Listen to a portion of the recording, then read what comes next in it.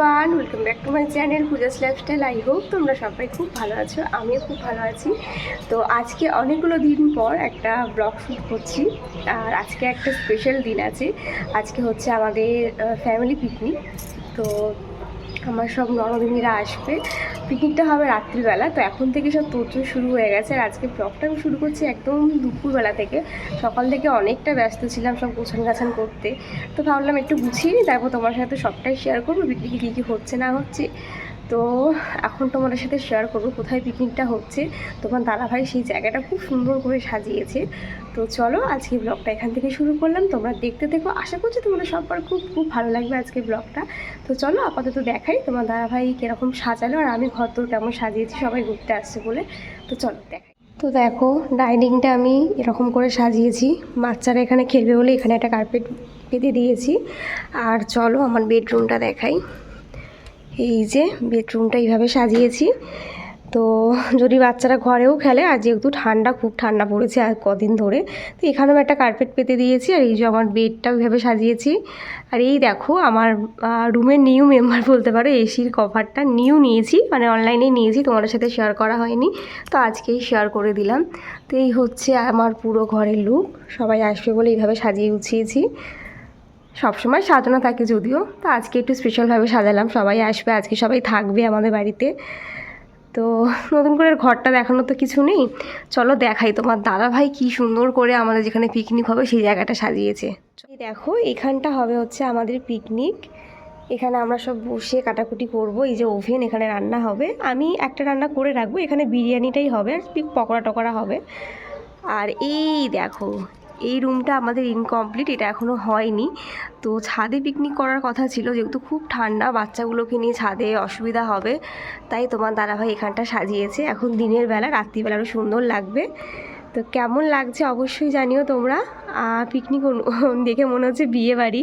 তোমার দাদাভাই যে এত সুন্দর ডেকোরেশন করে দেবে সত্যি ভাবতে পারিনি, দারুণ সাজিয়েছে। তো জানিও কেমন লাগলো। ঘরটা ইনকমপ্লিট, এই ঘরটা মাম্মামের রুম, এটা মাম্মামের রুম হবে ভবিষ্যতে। তো এখন যেহেতু ইনকমপ্লিট আছে, তাই এই রুমটাতেই আমাদের হচ্ছে, মানে পিকনিকটা হচ্ছে আজকে। তো চলো পরে আবার ফিরছি। দেখো বন্ধুরা, তারপরে কিন্তু আমি সোজা রান্নাঘরে চলে আসলাম।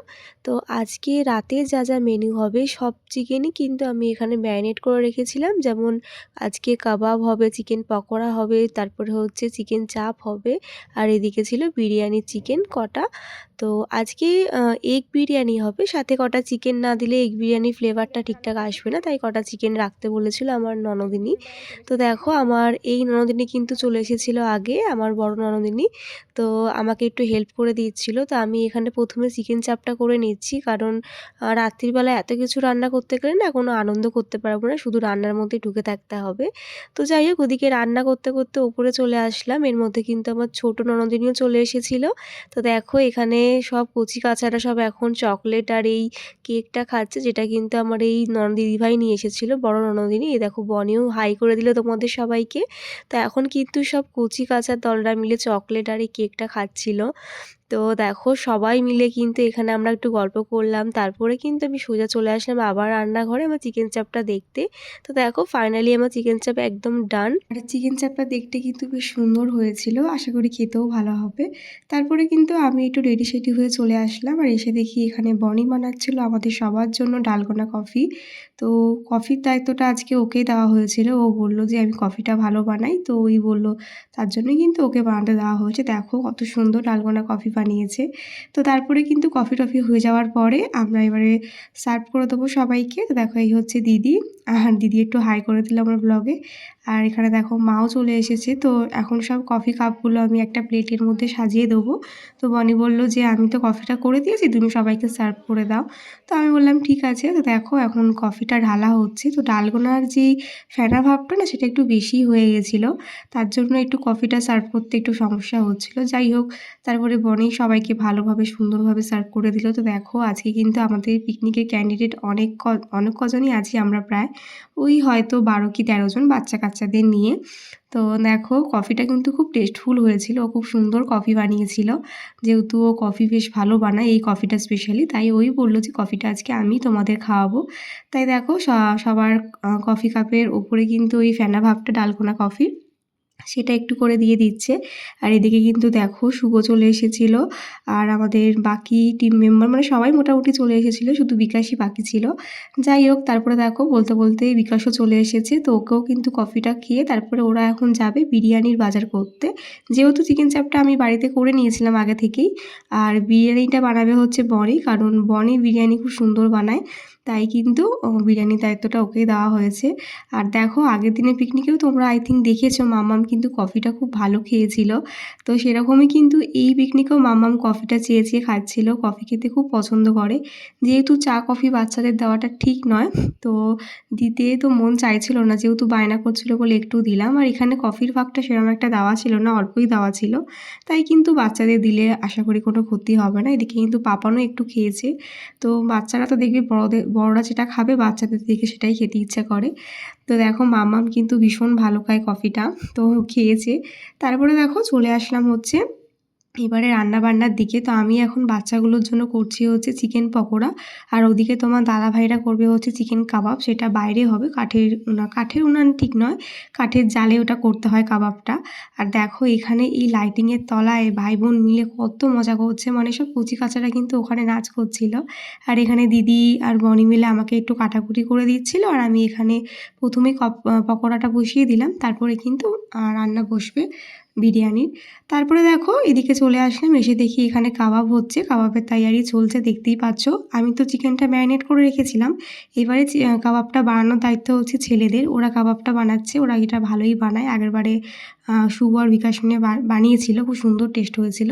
তো আমি শুধু ম্যারিনেটটা করে দিয়েছিলাম, আর ওরাই কিন্তু কাবাবটা বানাচ্ছে। তো প্রথমে তো কথা হয়েছিল কাবাব হবে না, যেহেতু গুল কয়লা যেটা হয় সেটা পাওয়া যায়নি বলে। তারপরে কিন্তু ওরাই সব কাঠটার জোগাড় করে ফাইনালি আগুনটা ধরিয়ে এখানেই কাবাব করছে, আর আগুন সেঁকছে আর কাবাব করছে। তো খুব মজা হয়েছে, আমরা ভাবতে পারিনি যে আমাদের পিকনিকে এত কিছু আইটেম হবে। তারপরে দেখো এটা ছিল আমার চিকেন পকোড়া, যেটা আমি সস দিয়ে একটু টসে করে দিয়েছিলাম, যেহেতু বাচ্চারা খাবে তাই। তারপরে দেখো এখানে সবাই মিলে লাইটটার নিচে নাচছে, বেশ সুন্দর লাগছিল দেখতে। আমরা ভাবতেই পারিনি এত সুন্দর একটা ডেকোরেশন করবে তোমার দাদাভাই। তারপরে বনি দেখো চলে আসলো চিকেনটা ম্যারিনেট করতে। আজকে ডিম বিরিয়ানি হবে, তার মধ্যে কিছু চিকেন দেওয়া হয়েছে বাচ্চাদের জন্য, আর আমি এখানে ডিম ঝুলছিলাম।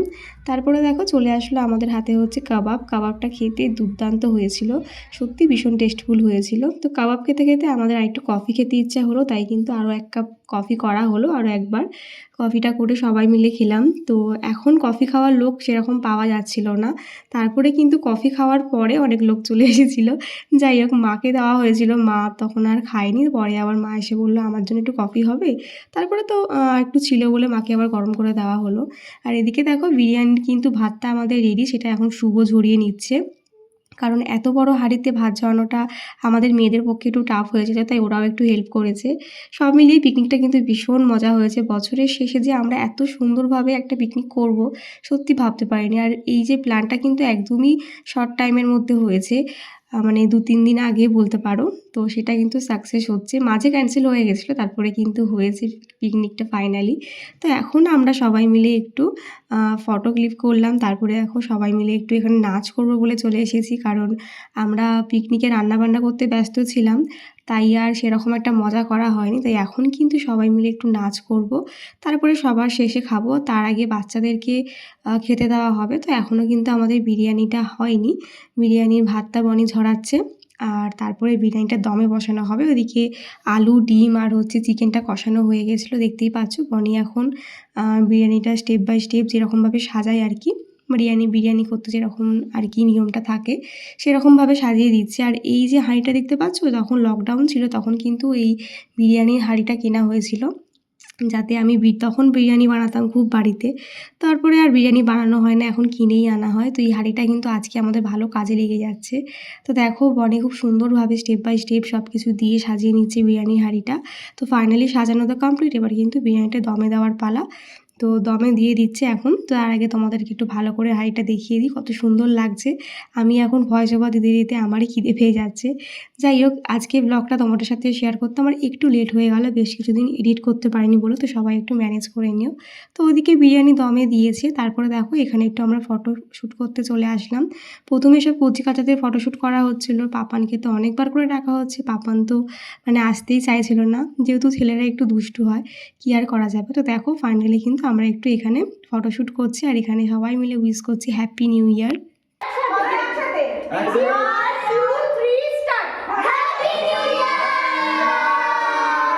দেখো এইভাবেই কিন্তু আমরা পুরনো বছরকে বিদায় জানিয়ে নতুন বছরকে আহ্বান জানালাম। তো খুব মজা হয়েছে, দেখতেই পাচ্ছ এটাই হচ্ছে আমাদের আজকের পিকনিকের ফুল গ্রুপ। তো আমাদের খুব ইচ্ছে ছিল 31st নাইটে আমাদের এই পিকনিকটা করা।